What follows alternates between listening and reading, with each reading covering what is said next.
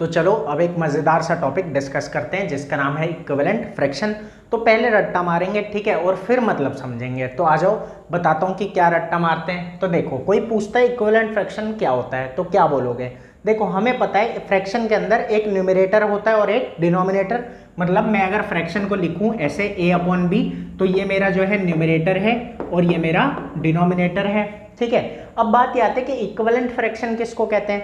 तो बोलेंगे ऐसे सभी फ्रैक्शंस, ठीक है। कैसे बोलना है? ऐसे सभी फ्रैक्शंस जिनमें न्यूमरेटर और डिनोमिनेटर का रेशियो सेम हो। इतनी कहानी समझ आई होगी, लिख भी देता हूं। क्या बोला मैंने?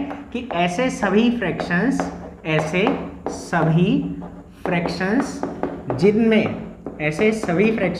जिनमें न्यूमरेटर और डिनोमिनेटर का रेशियो, जिनमें न्यूमरेटर और डिनोमिनेटर, यहाँ पे n और d लिख देता हूँ, ठीक है, आप समझ जाना। ये न्यूमरेटर है और ये डिनोमिनेटर। तो न्यूमरेटर और डिनोमिनेटर का रेशियो सेम है, ठीक है। तो जब भी न्यूमरेटर और डिनोमिनेटर का रेशियो सेम हो जाएगा किसमें? एक फ्रैक्शन में, ठीक है, तो वो क्या हो जाएंगे? इक्विवेलेंट हो जाएंगे, ठीक है। तो डिनोमिनेटर का रेशियो सेम है या होगा, ठीक है, सेम है। ऐसे सभी फ्रैक्शन जिनमें न्यूमरेटर और डिनोमिनेटर का रेशियो सेम है वो इक्विवेलेंट फ्रैक्शंस हैं, ठीक है। वो हमारे क्या हैं? इक्विवेलेंट फ्रैक्शंस, ठीक है। तो बात ये होती है कि ये बराबर होते हैं एक्चुअल में, लेकिन कैसे, वो मैंने कहा ना कि पहले रट्टा और फिर अच्छे से इसका मीनिंग समझेंगे। तो वो इक्विवेलेंट फ्रैक्शंस होते हैं, ठीक है। अब देखो जरा कैसे, क्या बोलना चाह रहे हैं यहाँ पे। तो देखना कि एक एग्जांपल लेते हैं कि मान लो कहा 1/2, ठीक है। उसके बाद आगे चलते हैं तो बोला कि 2/4। अब देखो बात क्या है, ठीक है। बात यह है कि अगर हम अब इसको को प्राइम बनाएंगे, अब ऐसे समझना है, ठीक है। रेशियो सेम होने का क्या मतलब है कि हमें ऊपर और नीचे वाले नंबर को क्या बनाना है? को प्राइम, ठीक है। अब बात आती है कि को प्राइम क्या होता है। तो को प्राइम नंबर होते हैं ऐसे दो नंबर जो कभी सेम टेबल में ना आए। क्या बोला मैंने?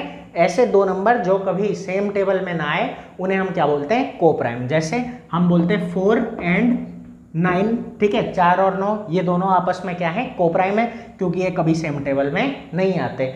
याद रखना, कभी भी कोई एक नंबर अकेला को प्राइम नहीं होता, उसके साथ कोई होता है तो ये आपस में को प्राइम होते हैं, ठीक है। क्योंकि हमें पता है 4 एक प्राइम नंबर नहीं है, कंपोजिट नंबर है, ठीक है। ऐसे 9 भी एक प्राइम नंबर नहीं, कंपोजिट है, लेकिन आपस में ये दोनों क्या है? को प्राइम है, ठीक है। तो इस तरीके से इस कहानी को याद रखना। ऐसे ही 16 और 25, ठीक है, ऐसे हम 2 और 3 बोल सकते हैं। अब ये एक से ज़्यादा भी हो सकते हैं, जैसे हम बोले 7, 8 और 9, ये जैसे कभी सेम टेबल में नहीं आते, ठीक है। तो उस तरीके से तो ये सब आपस में क्या है? को प्राइम है। तो इतनी कहानी समझ आई होगी। तो बात ये है कि हम बिल्कुल इनको काट देंगे कि ये और ना कट सके, या तो ऐसे बोल सकते हैं या फिर ये बोल सकते हैं प्रॉपर भाषा में कि इन्हें को प्राइम बना देंगे कि अब ये सेम टेबल में ना आए। तो अभी तो देखो 2 और 4 सेम टेबल में आते हैं, तो हम क्या करेंगे? इन्हें काटेंगे, ठीक है। तो जब आप 2 और 4 को काटोगे तो 2 1 जा 2 और 2 2 जा 4। अब ये आ गया 1/2 के फॉर्म में, ठीक है। तो इस तरीके से कि जब हम को प्राइम बना देंगे, ठीक है, तो ये सिंपल फॉर्म में ही चला जाएगा। मतलब यहाँ भी 1/2 और यहाँ भी 1/2, तो इसलिए इनका रेशियो क्या है? सेम, और इसलिए ये क्या है? हमारे इक्विवेलेंट फ्रैक्शन है, ठीक है। ऐसे ही आगे देखते हैं, जैसे कहते हैं 3/6, तो इसको काटोगे ये भी 1/2।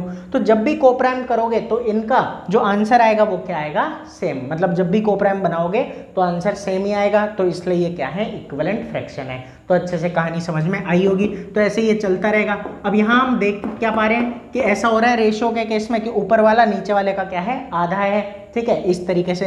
अब मान लो कि एक एग्जांपल और लेते हैं। मान लो यहाँ पे मैं ले लेता हूँ 12/48, ठीक है, इस तरीके से मैंने लिया। तो अब अगर इसको मैं काटूंगा तो क्या आएगा? 1/4 आएगा, ठीक है। तो ये किसके बराबर हो गया? 1/4 के बराबर भी हो सकता है, या फिर और भी सभी फ्रैक्शन जितने भी हैं, ठीक है, कोई लिमिट नहीं है, जितने भी ऐसे फ्रैक्शन है जिनको काटने पे 1/4 आएगा, ठीक है, वो सभी इसके इक्विवेलेंट है। जैसे अगर यहाँ पे मैं कहूँ 6/24, ठीक है, तो बात ये है बस कि नीचे वाला ऊपर वाले का क्या होना चाहिए? 4 टाइम्स होना चाहिए, तो वो क्या हो जाएगा? बराबर। तो इस तरीके से पूरी कहानी है। अच्छे से समझ आ गई होगी।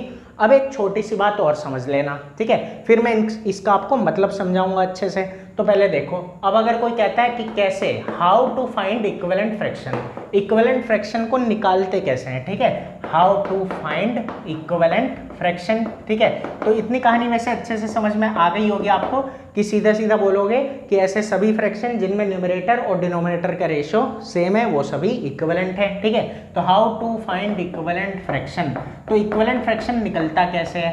तो आराम से समझो, निकलता ऐसे है कि क्या करते हैं कि ऊपर वाले और नीचे वाले दोनों नंबर को, मतलब न्यूमरेटर और डिनोमिनेटर को, या तो सेम नंबर से डिवाइड कर दो दोनों को, ठीक है, या फिर सेम नंबर से दोनों को मल्टीप्लाई कर दो, ठीक है। लिख देता हूं कि क्या करो, सेम नंबर से न्यूमरेटर और डिनोमिनेटर दोनों को, सेम नंबर से न्यूमरेटर और डिनोमिनेटर, न्यूमरेटर और डिनोमिनेटर, डी लिख देता हूं यहां, समझ जाना, ठीक है, डिनोमिनेटर, ठीक है, को क्या करो, या तो डिवाइड कर दो, ठीक है, न्यूमरेटर और डिनोमिनेटर को या तो डिवाइड कर दो या तो मल्टीप्लाई, ठीक है, डिवाइड कर दो या तो मल्टीप्लाई, या मल्टीप्लाई, और आपका आ जाएगा कौन, इक्विवेलेंट फ्रैक्शन, ठीक है। तो इतना समझ में आया होगा, ठीक है।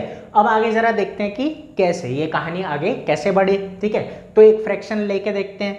मान लो आपका फ्रैक्शन है 12/18, ठीक है, ये एक फ्रैक्शन है और इससे इक्विवेलेंट फ्रैक्शन हमें निकालने हैं। तो क्या बोला, या तो सेम नंबर से डिवाइड कर दो, ठीक है, या फिर क्या करो, सेम नंबर से मल्टीप्लाई कर दो। तो जरा देखो कैसे करना है, ठीक है। तो यहाँ पे पहले डिवाइड करके देखते हैं कि हमारे पास क्या है, 12/18 है ना, तो इसको मान लो कि ऊपर वाले को भी 2 से डिवाइड कर दो और नीचे वाले को भी 2 से डिवाइड कर दो, ठीक है।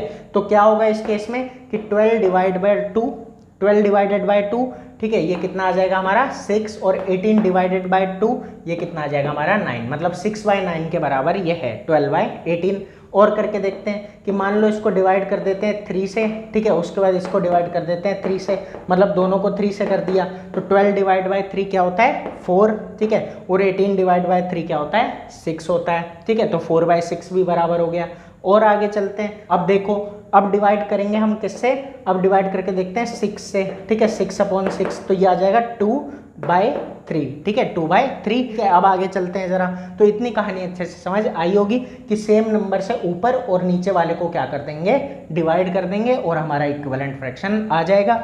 अब जरा मल्टीप्लाई की कहानी पे भी आ जाते हैं। तो देखो 12/18 है तो क्या करेंगे, इंटू 2 और इंटू में 2, मतलब ऊपर नीचे दोनों को 2 से मल्टीप्लाई, तो ये हमारा आ जाएगा 24 और ये हमारा आ जाएगा 18 2 जा कितना होता है 36, इस तरीके से, ठीक है। और आगे चलते हैं 12/18, तो ये आप किसी भी नंबर से मल्टीप्लाई या डिवाइड कर सकते हो, इसमें आपको कोई दिक्कत नहीं होगी, ठीक है, कि 3 है 2 है जितना भी है आप आराम से डिवाइड कर लेना। अब आगे देखते हैं कि 3/3 आ गया हमारा, ठीक है, इस तरीके से। तो अब इसमें क्या होगा, 12 3 जा 36, उसके बाद 18 3 जा 54, इस तरीके से। तो ये कहानी अच्छे से आई होगी। अब आगे चलते हैं, 12/18 है, इसको 4/4 से कर दो। अब यहाँ कोई भी नंबर आ सकता है, ठीक है, मतलब 4 5 6 7 8 9 100 जितना मर्जी, ठीक है। तो यही बात आ जाती है कि 12 4 जा 48, उसके बाद 18 4 जा कितना होता है बताओ 72, ठीक है। तो ये हमारा कितना है 72। तो ये इस तरीके से हम कर सकते हैं, ठीक है। तो मैंने ये बताया आपको कि इक्विवेलेंट फ्रैक्शन कैसे बताओगे किसी को, फिर ये बताया कि निकाल के कैसे दिखाओगे। तो इतनी कहानी समझ में आ गई होगी। अब जरा मतलब समझ लेते हैं, ठीक है, मतलब भी तो समझना है। तो देखो आपको बताया हुआ है कि फ्रैक्शन का क्या मतलब होता है, हिस्सा, ठीक है, फ्रैक्शन मतलब हिस्सा। अगर पिछली वीडियो नहीं देखी है तो देख लेना, ठीक है। उसका इक्विवेलेंट मतलब क्या हो जाता है, बराबर, मतलब क्या है, बराबर हिस्सा।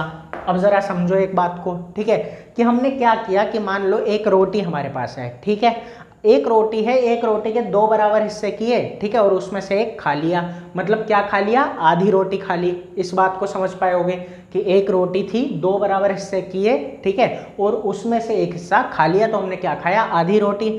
अब एक बात और समझो, अगर उसी रोटी के 4 बराबर हिस्से करके 2 हिस्से खा लिए होते, अगर उसी रोटी के 4 बराबर हिस्से करके 2 खा लिए होते, तो भी तो बात वही पड़ती कि हमने आधी रोटी खा ली। समझ आया होगा अच्छे से। ऐसे यहाँ पे भी है कि 6 हिस्से कर दिए हमने और 3 हिस्से खा लिए, तो चाहे 2 हिस्से करके 1 खा लो, 4 करके 2 खा लो, 6 करके 3 खा लो, या 50 करके 25 खा लो, रोटी तो आप कितनी खा रहे हो, आधी खा रहे हो ना। तो इसीलिए ये इक्विवेलेंट फ्रैक्शन होता है कि बात वही पड़ती है कि वही चीज़ है, हमारे पास चीज़ उतनी है, हम चाहे तो 2 टुकड़े करके 1 खा लें, चाहे तो 4 करके 2 खा लें, इस तरीके से। तो ये पूरी कहानी बनती है। ऐसे यहाँ पे भी है कि चाहे तो हम 18 टुकड़े करके 12 टुकड़े खा लें, या फिर 9 टुकड़े करके 6 टुकड़े खा लें, ठीक है, या फिर 6 टुकड़े करके 4 टुकड़े खा लें। इस तरीके से ये पूरी कहानी बनती है, ठीक है, कि हमें बराबर ही मिल रहा है, जो भी मिल रहा है, ना ज़्यादा ना कम। ठीक है, तो इस तरीके से ये पूरा का पूरा कॉन्सेप्ट था। इससे भी मज़ेदार चीज़ें इसके अंदर है इक्विवेलेंट फ्रैक्शन के लिए डिस्कस करने के लिए, तो ये मैं आपसे आगे आने वाली वीडियोस में डिस्कस करूंगा। तो फिर मिलेंगे अगली वीडियो में जो इससे भी ज़्यादा मज़ेदार होगी। अभी के लिए इतना ही।